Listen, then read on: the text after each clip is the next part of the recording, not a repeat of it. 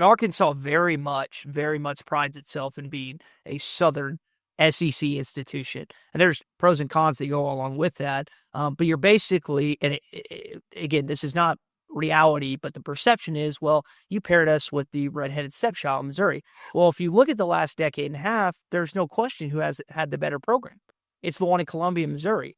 So Arkansas fans can turn their noses up at Missouri all they want, but recent history is the only thing that matters. Kids don't look at what happened 50 years ago when Arkansas was the better program than Missouri. They look at what's happened in the last 5 years, and there's no doubt who's had the better team. Thanks for listening to KC Sports Network, proudly presented by Emprise Bank. If you're thinking about starting a business or know someone who is, check out Emprise Bank's SBA loans. It's always good to know your options, and they can be your partner in possible. Hello and welcome into Mizzou, That's Who, your podcast for Missouri Athletics here on KC Sports Network. I'm Tucker Franklin, joined as always by Maggie Johnson. Maggie, how was your weekend? How are you doing? Weekend was good. I watched a lot of football on Saturday. There were a lot of crazy good games. We watched OU beat Alabama and Norman. We watched Ole Miss get beat by why can't I remember who it was? Who Florida, right? Florida, yes, in the swamp. And then we watched not Tennessee. Who's the last one? What they're all going together because obviously at the end of the day I watched the Kansas-Colorado game, but there were three big upsets. Oh, Texas A&M and Auburn. Auburn, yes. There you go. So three big upsets in the SEC. Just a great slate of college football on Saturday, honestly. And then there was our game that just seemed to happen in the middle of the day. Yeah, I mean, look, Missouri does win 39-20 over Mississippi State, a game that was fairly uneventful, I think is a fair way to put that game. It was a Missouri-Mississippi State game, right? A game that it went how it should have gone. 39-20 again, the final score there. Brady Cook had a good day through the air, 15-20, 268 yards and a touchdown. Missouri ran the ball a lot, and it feels like that's what they kind of wanted to do.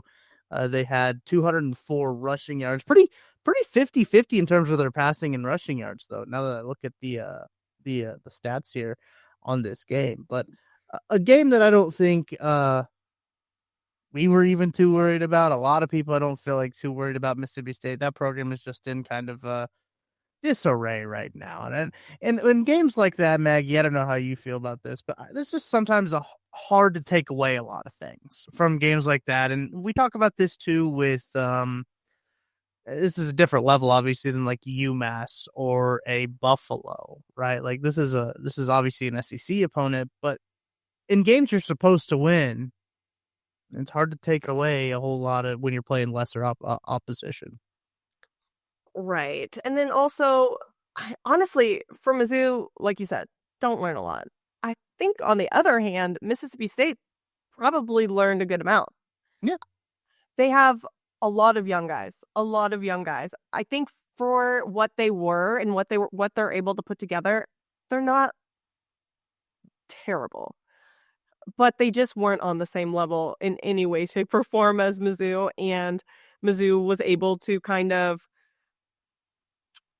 put that out there and just dominate on all sides of the ball. And really, the most impressive stat to me is the time of possession. Mm-hmm.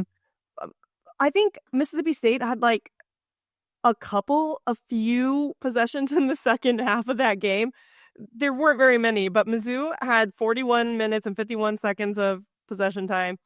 Mississippi State had 18 minutes and 9 seconds. Yeah. That's crazy. I think that's going to be a key also to beating Arkansas this week, which we'll talk about with our special guest coming up, because when Arkansas played Tennessee, that's kind of how they won that game. They played keep away a little bit. So I think we're going to need to do that as well. It's going to be big, too. When you run the ball as many times as they did, it does help. Missouri did put together 2 pretty long scoring drives, which was great to see them cap off those scoring drives. We've seen them a lot of times have those long drives that end in field goals.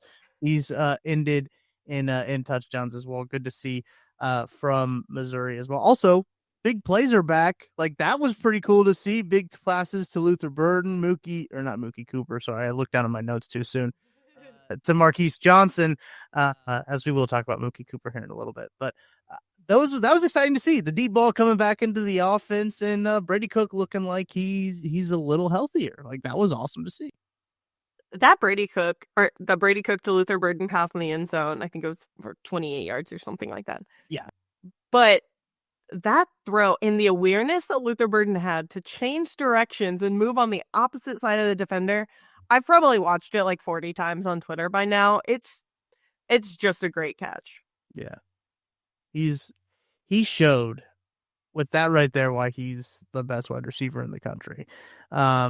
And Luther Burden, it was reported, I believe by Power Mizzou, that he will walk on senior day. He is a junior. He will walk on senior day. It is likely his last game. I would assume to be his last game.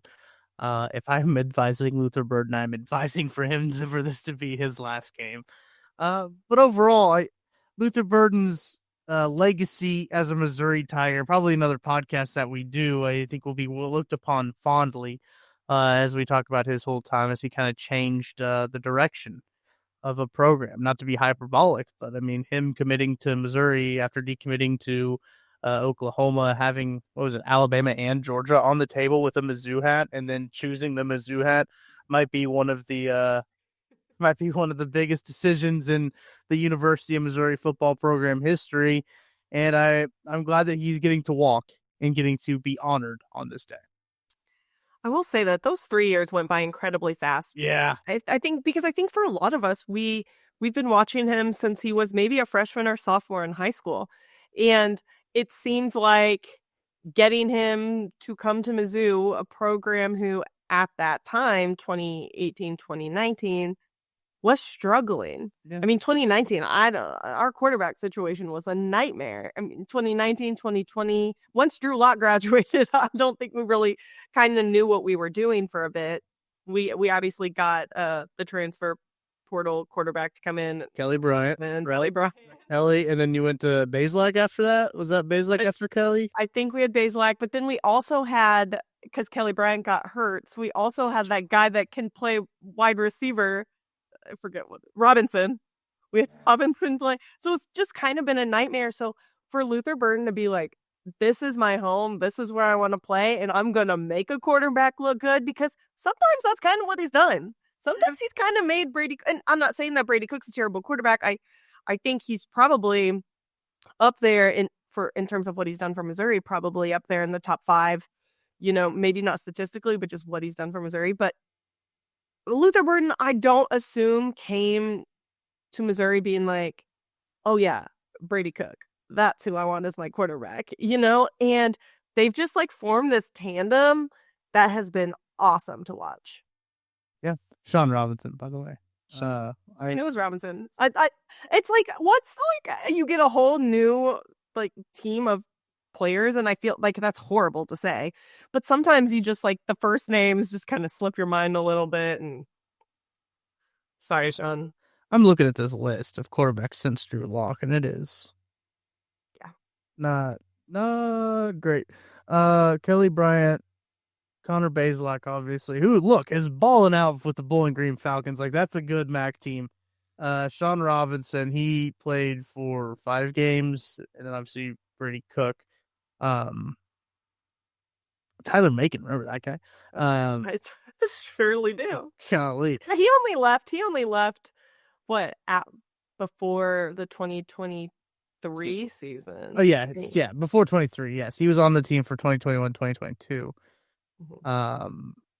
And was 2022 the year where they'd put him in on third downs and they'd run the same play every time? And like, no, they would put him in on fourth downs and they wouldn't run the ball. I'm like, okay, or yeah, they wouldn't run the play. Tried to get him to jump off sides, and I'm like, okay, well, they know every time that Tyler Macon comes in that this is what you're gonna do, so that defense isn't gonna move. I feel like maybe they snapped it one time because you kind of got to keep them on their toes. They fumbled it. Oh yeah, they pitched it to Nate Pete, right? They pitched it, and the pitch was behind Nate Pete, and he fumbled it on fourth down. I remember because they finally ran it and they messed it up. They had all this time to practice it and be ready. and they messed it up. I vividly remember that. I don't know why. Ghosts of quarterbacks past. Yeah, honestly, just look at that. I mean, Drew Lock might have the opportunity to start on Thanksgiving. By the way, from what it sounds like, is that Tommy DeVito's dealing with some arm soreness, so Drew Lock might be the starting quarterback against the Dallas Cowboys. We'll see how that progresses as we go on, but yeah, Brady Cook again this is senior day for Brady Cook as well. He doesn't have any eligibility. Gabe Gavin has done everything that he can to try to investigate of the eligibility. I see. It feels like I see a new tweet every day about like I looked again, still is not eligible, guys, for next year. Because I know there were some people saying like, well, he played in because they changed the rules for red shirts, and then if your fifth game or your fourth game was the bowl game, then it could be a waiver for red shirt, so he could actually then technically his freshman year be a red shirt. They're not granting those. They're like, stop asking us, is what the NCAA is saying. Like, you don't have any more eligibility left. So this will be the final game at Faurot Field for Brady Cook, and a lot of those seniors as well too. This matchup here is an interesting one, as we do have Ty Richardson at Ty Sports Radio on Twitter, program director at ESPN Arkansas, joining us here in a little bit to talk about it from the Arkansas perspective. But Maggie, kind of first thoughts from the Missouri side of things on this matchup. So there's kind of two ways you can take this. You can take this as this is a great opportunity for Mizzou to get 9 wins. This is, and then potentially get to 10 wins with the bowl game.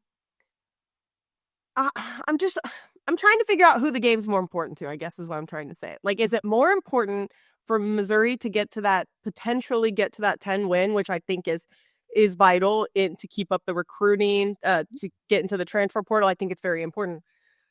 Or is it more important for Arkansas to finally get this win over Missouri? I can't decide which one. I think like which team the motivation is more for. It's just very hard for me to believe that Brady Cook is not going to go out there and have the game of his life on a senior night. It's just hard for me to believe that, because everything we know about Brady is the type of person that he is, the type of player he is, how much he loves Mizzou, how much Mizzou means to him. Like, we know all of this stuff. Grabbing a rock from that M is going to mean more to him than anything you can possibly do in his collegiate career. I saw a video that Mizzou football put up that Drink was talking about how he tells all of his players, like, these are the best days of your life. Like, these ones right here. And for Brady Cook, I mean, some of these guys are going to go play in the NFL. Luther Burden, clearly going to go play in the NFL. Johnny Walker Jr., probably going to play in the NFL. A team might pick up Brady Cook. But I think that this is still 100% the best years of his life. And to date, this is just up there with important games for Brady Cook. Yeah, I think what makes me feel good about, obviously there's plenty of motivation in this game. Drinkwitz has made it very clear every time there's a trophy on the line, he's going to use that as motivation for this team. But even last week against Mississippi State, they seemingly got up for that game and they were fired up. Like, they were chirping. Like, Drink was chirping, the defense was chirping. I was so confused watching that game of like, what is going on here? Why are they so like hostile towards Mississippi State of all schools? Like, it felt weird to me, but I think that just shows that like they were up for that game. Like, they knew like the challenge ahead, and like to have another 10-win season would be huge. We talk about bowl game projections here in a little bit as they start to trickle in and come out. You're seeing a lot of Mizzou and ACC teams. I've seen Duke, I've seen Louisville, Gator Bowl mainly is what I've seen in terms of where Missouri will be playing. The college football playoff is going to mess up with the bowls all because of, you don't know which teams from which conferences are going to get in. It determines on which conference goes to these bowl tie-ins. It's going to mess everything up. They should just probably scrap bowl games, but I do love bowl games, so it's one of those double-edged swords type of deals. Anyway, back to the task at hand. I do think the motivation will not be lacking. This is a team that Missouri has truthfully dominated for the past few years. And I think that that's going to be something that you're going to have to motivate. Like, oh, we just can't walk in and beat this team. It's an Arkansas team that's improved in the second half of this season. I think that the season for Arkansas is a little bit better than I anticipated them to have. I think a lot of people anticipated them to have. Like, I think this is not going to be an easy game by any stretch. I don't think it's going to be one of those cakewalks. Vegas has Mizzou as 3.5-point favorites, which I think is kind of crazy, but nevertheless, it could be a closer game than Missouri fans want, and than they want to be for comfort. So we'll see, Maggie. I don't know. It's one of those games where I do think there's no lack of motivation for either side. I think it's going to be a good football game in the way that Missouri's defense has kind of allowed big plays. You could see those happening on both sides of the ball, kind of, with how Missouri's played offensively so far. And Brady Cook's recent health resurgence has been great to see.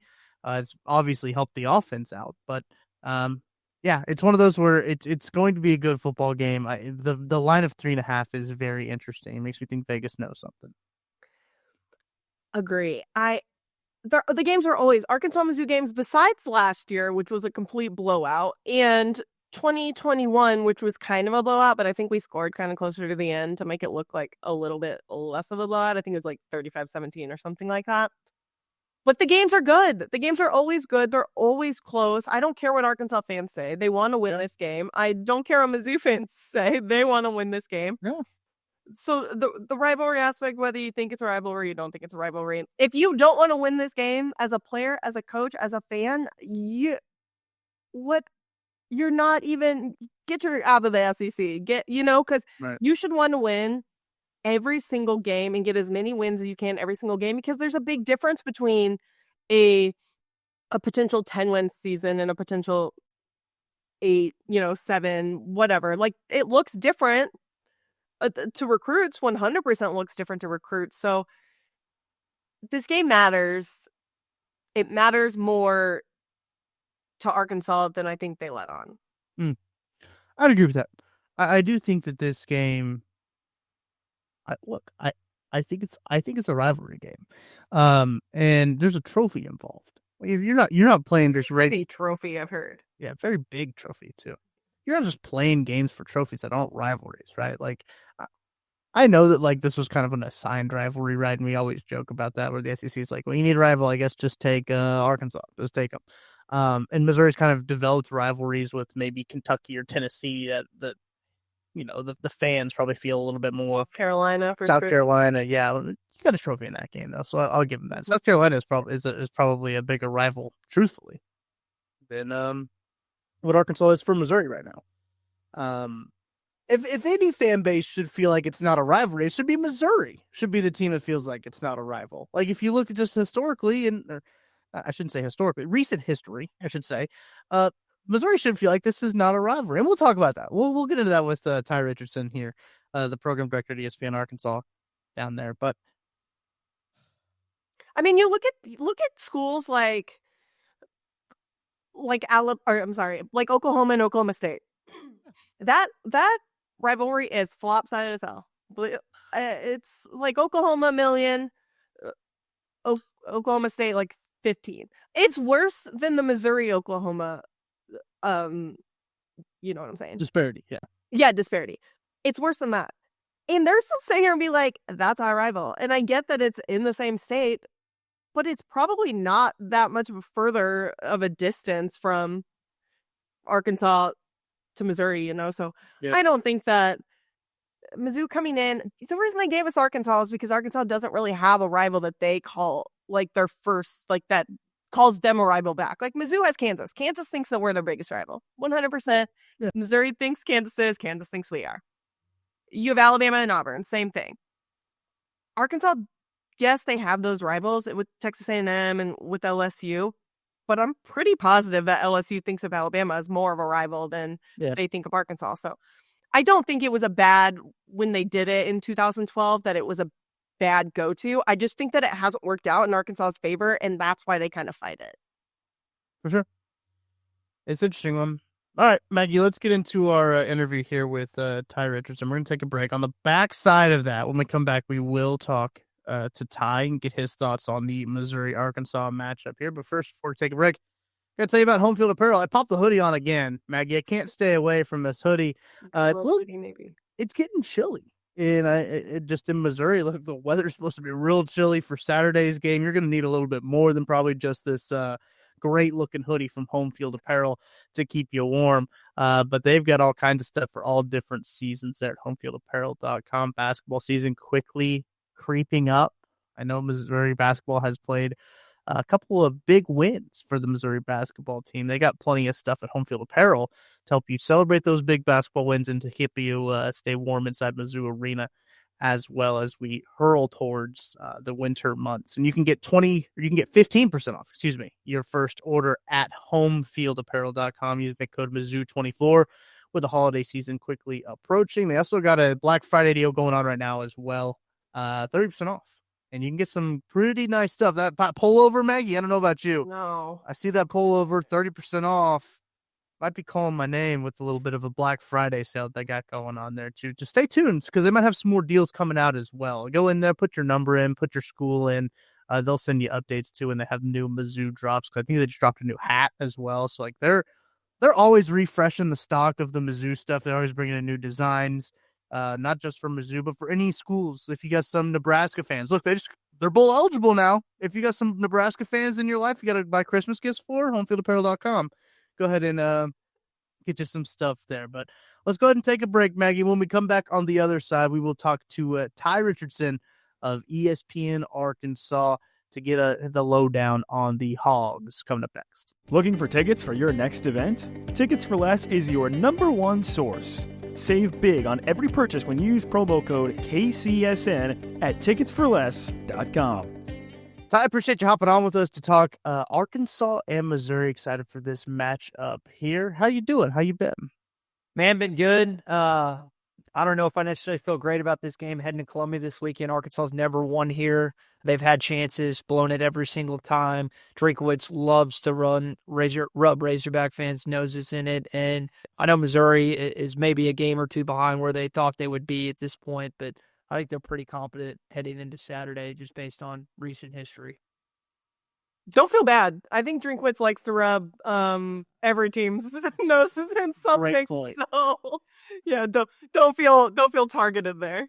Yeah, the quote that stands out from me is when he shook Josh Heupel's hand last year following the Tennessee game and said, "We stand on business, Josh," and that got replayed over and over and over again. You can do that if you win, and I wish Tennessee and Missouri played this year. Unfortunately, they didn't find each other on each other's schedule. But yeah, he talks, and a lot of times he walks the walk.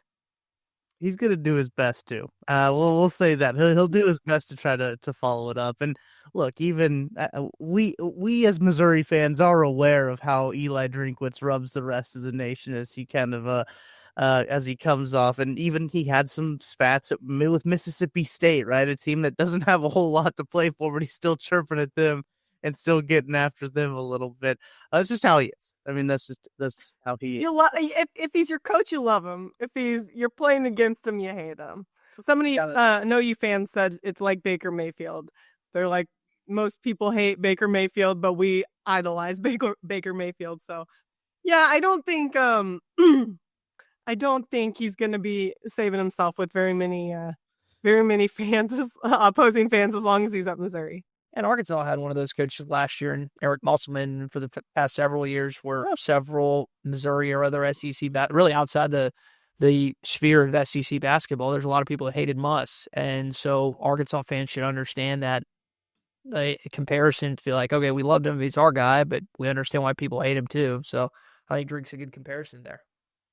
I wanted to start off with kind of a softball question for you, Todd.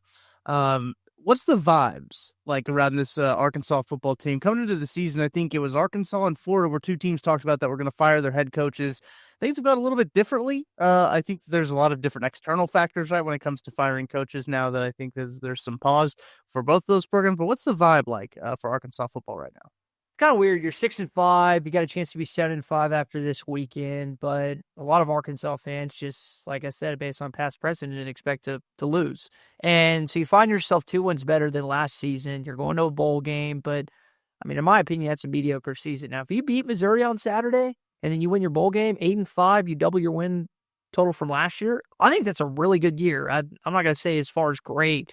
Based on the teams you would beat outside of Tennessee, is not really a marquee win. And I guess if you added Missouri, that would be another one. But I think that they're not willing to put their name on the end of the season yet, in my opinion, because it hasn't concluded. And a lot of it hinges on what happens in a 3.5-point line on Saturday in Columbia, guys. Do you think that getting bowl eligible, saved Pittman at all? Yes, Maggie, 100%. I truly believe if they were not bowl eligible this season, that he would not be the Arkansas head coach, and he did. And I'm happy for him. He talked about as recently as Monday that he never felt and was never worried about his job. And he got asked in the offseason, SEC media days. He's gotten asked periodically throughout the season. There's been various reports that have lingered here and there, various just clickbait stuff. And I know what he said publicly, but there's not really many people out there that would be able to handle that and say it doesn't affect him at all. And I think it's pushed him a little bit, which has been good. Now he's just got to find a way to beat Drink like he did in 2021, albeit that was in Fayetteville. But he's Arkansas's head coach this year, and there's people that are happy about that. I personally am happy that he's being retained because I don't think it helps the football program if they went 5-7 and that he wasn't going to make a bowl game. And at that point, I think they would have had to make a decision. But yeah, he's Arkansas's head coach moving forward, Maggie. Well, I think it's interesting too when you talk about just coaching and just the coaching carousel in general, right? People and fans are so quick to be like, let's move on from this guy. But okay, who are you going to bring in? When you look at the landscape, who's the guy that you're bringing in to these jobs when it comes like that? And I think sometimes the consistency is going to be big, especially in the NIL era of college athletics. So having that program consistency is going to be big.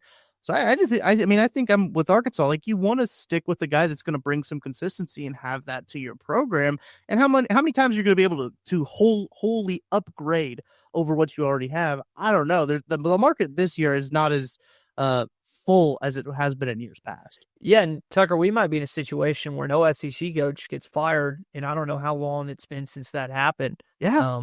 That's just an interesting dynamic with the revenue sharing that we seem to be heading towards and everything else that's changing within the landscape of college football. And the continuity you speak of, just for example, Arkansas has had 2 baseball coaches since the 70s, Norton Bryan and Dave Van Horn, and the football program is a completely different position than the baseball program. And there's a reason that Arkansas baseball is far superior from a national respect standpoint and consistency standpoint. It's not just that. It's easier winning baseball than it is football, I'd say, just because of the level of investment you have to make. But there is some truth to continuity, and I'm curious to see if Bobby Petrino and Travis Williams are going to be on the staff heading into next year, because you could actually, even with a brutal schedule, you definitely have a chance to make another bowl game and maybe improve a win or two. Do you think that with everything that we're seeing, obviously, I think Florida, Arkansas, a few other teams were picked, bottom end, Mississippi State, bottom end. But seeing that evenness, I mean, even last week we saw Alabama go to Oklahoma and get whooped. I mean, it was crazy. I don't think I've ever seen a favorite go in and just kind of lay an egg like that. But do you think that the parity that's being caused by NIL is maybe making this a little bit more even than the preseason media is making it out to be? Yeah, I think so, Maggie. And I didn't expect Oklahoma to dominate. I actually picked them to win that game, just because I felt like whether it was Alabama, whether it was Texas A&M, Ole Miss, even to a certain degree, I mean, they weren't necessarily getting up from Mississippi State, but rivalry week is this weekend. And yet you had several teams that we just listed out that had SEC games last week. Typically in that spot, they're playing a team that is not in the Southeastern Conference. And so it's a throwaway game. So even if they don't show up, they win. Well, they weren't able to do that in Norman, in the Swamp, and in, who did A&M fall to? In Auburn. And Jordan Hare Stadium. So I think that the parity you speak to, NIL has a lot to do with it, but I think it's the transfer portal. And I've really enjoyed it's a combination of those two things. Plus, Nick Saban, there's this huge gap of where he was for the better half of 15-plus years, and people are trying to figure out who the next guy is. And I don't know. I mean, no one's going to ever be able to replicate his success in today's day and age of college football, but there are several variables that have led to what the SEC is and then really what college football is right now. A lot of interesting games coming here down the stretch, especially in this rivalry weekend. Speaking of rivalry weekend, Ty, I want to get your thoughts on just the Missouri and Arkansas I'm going to use the word rivalry. I know that there's some people apprehensive to use that term when it comes to these two teams meeting together. I want to know your thoughts on this, the matchup between these two teams, if you consider it a rivalry.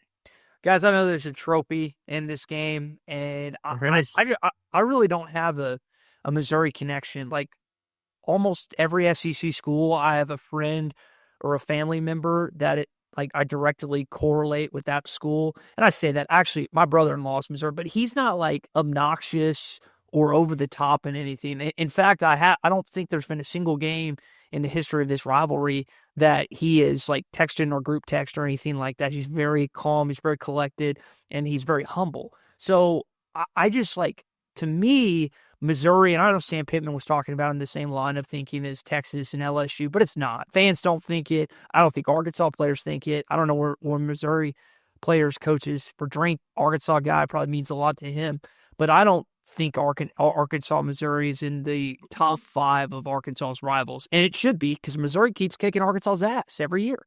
I mean, you beat them twice since they joined the SEC. So to me, it's like Texas and LSU are up top. Texas 1, LSU 2. Then probably Ole Miss and A&M, 3 and 4, interchangeable depending on what part of the state you live in. And then maybe Missouri's at 5. They might be at 6 behind another SEC school. But it's just, in the minds of fans, it's not a big game, even with the trophy, even with it being the last game of the year. But again, I go back to what I said earlier. It should be, because Missouri keeps kicking you in the you-know-whats every single year, and you're not doing anything about it, especially in Columbia, where Arkansas is over since they joined the league. Yeah, I think for me, so I live in St. Louis now. I'm from Central Missouri, but I lived down in Southwest Missouri for a lot of time. And if you live down in Southwest Missouri, you're a fan of 3 teams. You're Mizzou, Arkansas, or Oklahoma. Mm-hmm. You might have a few Kansas fans thrown in there or a few K-State fans or whatever, but those are the 3 teams. A bunch of people from my childhood, I moved pretty young up to Central Missouri, but I still talk to them because of this game. Like, this is the and I get more shit from them than I give them, 100%. So I understand, like, a lot of people saying that it's not a rivalry in terms of, oh, they just came here and just had to give Missouri a rival, which I read an article today that's like, nobody wanted to be their rival, so they just gave them Arkansas. And I was like, what? I think that, like, we're always going to consider Kansas like our biggest rival. Right. But I think there is enough animosity between Arkansas and Mizzou fans. They clearly don't like each other. They clearly don't like each other from what I see. From a games point, not a human standpoint. But I definitely think that there's some basis to call it a rivalry. Yeah, I think it's more from the Missouri side, like you're saying, and Arkansas fan. I don't know what Arkansas fans are saying to you, Maggie, because they have nothing. They have no leg to stand on this last decade and a half. Nothing. Well, at all. There's basketball and stuff like so. You had to like the combinate like baseball. Arkansas pretty far ahead of Missouri. Y'all should have hired Vitello when you had the chance. But like, my thing is, like, you had the Mike Anderson where he left and came to Fayetteville, which I know Missouri fans were not happy about. There was that Frank Haith and Mike Anderson spat, which was pretty funny. The drink connection. I know Eric Bezel had some comments years back and making fun of Arkansas.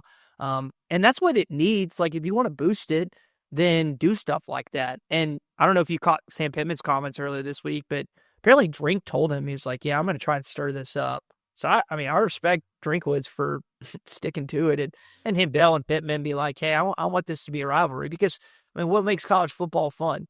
We have rivalry week ahead of us, and when you look at the pecking order of SEC rivalries, Arkansas and Missouri is, like, near the bottom of the list. There's probably 5 or 6 games that people are more interested in, not just because of the teams playing, because the animosity is not what it is to other levels of the SEC, guys. I think there's something about Missouri as a program that Arkansas is like, we're just so far above them that we can't. But you know what I'm saying? Like, I think that's more about what, like, you don't see Ole Miss, and Ole Miss has not been good for very long. I'm not going to put them up on a pedestal or anything. But their rival is Mississippi State, and they hate Mississippi State, and Mississippi State hates them. And it doesn't matter if the program is good or whatnot. I feel like there's a little bit of that with Arkansas where they're like, ew, no, Mizzou, they could never. Our rivals are we're LSU and Texas A&M. There's a little bit of a pompous attitude. Yeah, Maggie, there's no question. And Missouri, and you guys as fans, I think you would agree with this. If you don't, then my apologies. But I mean, Missouri feels more like a Midwest school than it does an SEC school, like the Southern. And there's nothing wrong with that. But Arkansas very much prides itself in being a Southern SEC institution. And there's pros and cons that go along with that. But you're basically, and again, this is not reality, but the perception is, well, you paired us with the redheaded stepchild in Missouri.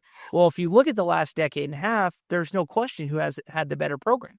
It's the one in Columbia, Missouri. So Arkansas fans can turn their noses up at Missouri all they want, but like recent history is the only thing that matters. Kids don't look at what happened 50 years ago when Arkansas was the better program than Missouri. They look at what's happened in the last 5 years. And there's no doubt who's had the better team and the better program. And we also like to make fun of the rocks inside of, is it Fairfield Field? Fairfield? Help me out. Yeah. Fairfield. So again, we're grasping at straws because there's been nothing on the field that we can grasp at outside of like one win in the last 5 years. And I mean, 2 wins in this rivalry.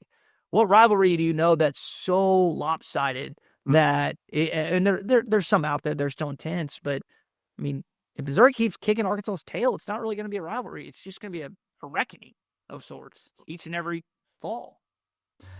Let's talk about this matchup here. But actually, before we talk about it, I think it's funny that Arkansas's rivalry trophies are all just like state outlines, essentially. Yeah. As like all the trophies are just state outlines. I think it's very funny. Especially like the Golden Boot one, I think is great. And then Missouri's just like, I guess we'll do the same thing and do it on top of each other. We know they didn't think of anything else. It's like, I guess we'll just make it like that. But let's talk about this matchup. Missouri's defense has been playing really well. And I'm curious, Ty, your thoughts on how Arkansas's offense can kind of move the ball and be productive against Missouri's defense. Well, I think if they can run the football, then they're going to be able to move. Missouri's got the second best passing defense in the SEC, if I remember that correctly. So Taylor Green has struggled at games this year against some better defenses. I mean, if Drink's defense gets pressure with 4 or 5, then Arkansas is going to be in trouble. I know you guys might have to help me. I know Baker's in Baton Rouge now. Who's y'all's DC now? We're going to have to help with that. Corey Bethune from South Alabama. So if he's dialing it up and Arkansas's offensive line has struggled at times to pick up blitz protections and Talon has moved in the pocket different wrong ways at time, then Missouri's not going to have much of an issue if they can't get their running game going. So, I mean, a lot of things hinging on Taylor Green making the right reads and not making mistakes. He's taken crucial sacks this season, which have really hurt Arkansas's drive and progressions throughout a game. So a lot falls on the shoulder of the 6'6" Arkansas quarterback that's had an up and down year, guys. I was actually I wanted to talk about him a little bit more because you obviously have last year and for the 3-4 previous years, KJ Jefferson, who holds, I think, basically every record you can hold as an Arkansas quarterback. I think he is completion percentage, touchdowns, passing yards, everything. So then you have a new guy come in from Boise State. Starts a little bit rough, I would say, at the beginning of the year, like you said, the turnover things. But what has made him turn into this second half quarterback that we've seen? Because he's played decently well, I would say, the second half of the season. I think it's just his escapability and his magician-like qualities. Like occasionally you think he got him down, he gets outside the pocket and makes a play. He's at times been inaccurate and he's at times been spectacular. So it's those game-changing abilities, Maggie, that set him apart and that kind of scare defensive coordinators a little bit. Again, he can get rattled sometimes just because he has been on the backfield in the backfield a lot. There has been pressure put on him. Arkansas is one of the worst teams in the country in giving up sacks. Some of those are on him, though. So, again, it's a hit or miss type of thing on Saturday, guys. If Taylor plays well, Arkansas has got a great chance to win. But if they turn the ball over, like I'm forgetting which one of you alluded to earlier, it's curtains. Like, Missouri's going to probably win this game by 2 touchdowns, and it's probably not going to be that close. There have been a little bit of some cracks showing, I think you could say, with the Missouri defense.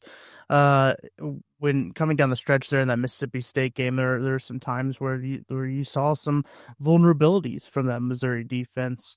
I am going to be curious to see how they kind of contain. They've dealt with a lot of rushing quarterbacks this year, right? With they had Thomas Castellanos when he was still good, I guess you could say. When they had him up there. And they've been able to kind of contain those rushing quarterbacks fairly well. This is just going to be another test in that. When you talk about the run defense as well, it's going to be a really big key for Missouri on that side of the ball. Taylor Green was one of those guys who was wildly interesting to me in the transfer portal this year. Coming out of Boise State, which look, Boise State's a good team now. Like they're pretty good. Like they're pretty good last year too. Like that's a good quarterback. I think the landing spot there was really interesting, and the fit there in Arkansas kind of was exciting, truthfully, when you just see like how the styles kind of mesh up with going from like KJ Jefferson then to Taylor Green. Like it made sense. I think it made a lot of sense in the transfer portal. It's to see him coming on here is going to be interesting. Let's look to the other side of the ball now. The Missouri Tigers have been running the football a lot, and they look, this game, Ty, might only be an hour and a half long. These guys, both these teams might just be running the football all day.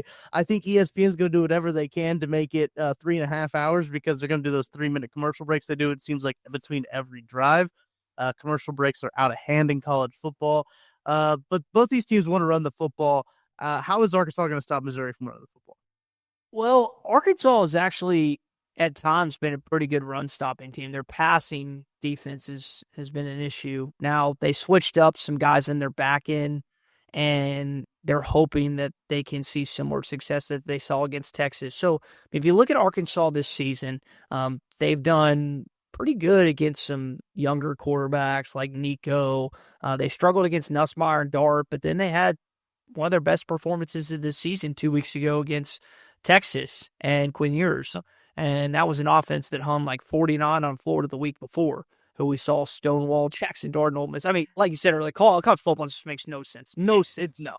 But I think like Cook's been banged up this season, I know, but he's a veteran and he knows what it takes to beat Arkansas. So it just depends, like, if you let this kid get outside the pocket and make plays and beat you a variety of different like the knife by 1,000 cuts, then it's going to be an issue. Now, if you can get pressure on them early, and especially get pressure with 4 or 5 guys, then you're going to have a lot better success. But luckily, thank goodness, Cody Schrader's not in that backfield. You got to swear that guy's still running from that game in Fayetteville last year. Well, you have like 250 yards. Good grief. Hey, at least it wasn't the Tennessee game. He had 200 yards and 100 yards receiving in that game last year. Please. I kind of wanted to go back to what you said a little bit about Brady Cook, because you're right in terms of this veteran guy back there. He looked pretty good against South Carolina, looked pretty good against Mississippi State. And then you got to think about, and I know you already joked about it and how Arkansas fans make fun of it, you got to think about the rock factor. It is senior night. And the only way those guys get those rocks is if they win that game. So I think that's been a big, that's it. So it's funny because a lot of SEC fans will be like, oh, Missouri has no tradition. I'm like, we just have traditions that you don't know about. So it's like, it's a little bit different. But yes, the seniors, if they win a game, they get a rock from the M. And they get carried off the field with the rock. Yeah. It's just the thing. They've been doing it. That's cool. I'll give you that. That's cool. And so that's probably a reason that it does make it a little bit harder that Arkansas has to play, every other year in Columbia on senior day, because there's something to play for. And Brady Cook is from St. Louis. He's from down the road from where I am right now. And this game does matter because it's his last game at Faroe and he's a senior. Yippee. So that means he's going to be that much more inspired to beat a team that Missouri doesn't have difficult beating. I think on that note, again, it's always emotional for senior day. I felt bad for Arkansas players because they didn't have there was like 66,000 paid attendance, but that's not the amount of people that showed up this past Saturday for Louisiana Tech, and it didn't go great. Arkansas's got to get off to a fast start. If Missouri gets off to a fast start, that crowd gets going. It's going to be freezing, high of 33 that day. I'm pretty sure that only Indiana and Big Ten schools know anything about playing in the cold, so it can't be that cold. Snow, and it just can't be. There's just no way. Was that Signetti that made those comments? I think it was. Yeah, I think so. Yeah. Somebody, and they were like, well, they don't. Southern teams know nothing about coming up and playing in the snow and the cold. I'm like, well, we're in the Midwest, so Yeah. So I mean, that's a huge factor heading into this game this weekend, and I think it's like the if I could say it, precipitation is only increasing since I last looked. So that means there's going to be potentially more snow. It's going to be colder. I mean, it's not warm in Fayetteville. I think it's below 30 this morning, but it hasn't snowed to my knowledge. I don't think it's going to snow this week. It's one thing for it to be cold and windy. It's another thing for icy pellets to be hitting your skin every single play. So I don't know how Arkansas gets ready for that if heading into this weekend when precipitation can be a big issue in this football game. Yeah, it's going to be an interesting one. I do think the Brady Cook final game at Furrow Field being a snow game, potentially Luther Burden's last game in Furrow Field being a snow game too, could be one of those for the books. But Ty, before we let you get out of here, last one from me. Who's some players to watch for Missouri fans if they're watching this Arkansas team? Who's a couple of names that they should be watching for? Andrew Armstrong. Burton's one of the best wide receivers in the SEC, as is Trey Harris at Ole Miss. But Andrew just cleared 1,000 yards. He's the 5th Razorback in the history of this football program to do so. He's a kid that doesn't really matter who you put up against him cornerback-wise. He's going to make plays. Not the most explosive. He's not like 6'6" or 6'7". It's about 6'2", 6'3", I think. But he's just a gamer, and he's a kid that came over from Texas A&M Commerce and has just made play after play for this team. There's only like one example I can think about that he fumbled in the Louisiana Tech game, but rare is it that he puts his team in bad positions. Like, he's not fumbling the football for the most part. He's catching balls thrown his way. He hasn't had drop issues like other guys on this team. He's the main one. Quentin Jackson, another one, number 22. He's the running back transfer from Texas and Utah. He's been banged up all season, but he's a really good player. So I would say those two pieces, all Texas kids, including Taylor Green, those are two to keep an eye on when it comes to this game on Saturday. Maggie, anything else? No, I just was going to add in there. I'm pretty sure that Armstrong had 1,000 yards at A&M Commerce too. So I think he's definitely one our corners and our secondary is going to have maybe some issues with. Yeah, he's a stud and really likable kid. Him and Taylor Green have formed a bond. They're both right outside. I'm forgetting the Texas high schools they went to. I think Taylor's from Louisville, maybe Andrew's from Carrollton, but you've got the uniqueness of being Texas high school kids and them forming a connection, first year play with one another. And I mean, it's been pretty seamless to watch these guys throw and play pitch and catch. But I mean, if he gets going, he's a tough guy to stop. They don't have a lot else. So, I mean, you can bracket him and try and double team him as much as possible. And Arkansas's offense is going to have to find other ways to move the ball up and down the field. Love to see it. Ty, thank you for joining us on today's edition of Mizzou. That's who. We'll be keeping our eyes peeled for those guys and much more as Arkansas travels up to Columbia to take on the Tigers. So for Maggie Johnson, I'm Tucker Franklin. Thank you all for joining us on this week's edition of Mizzou. That's who. We will catch you after the Missouri and Arkansas game. We'll see you then.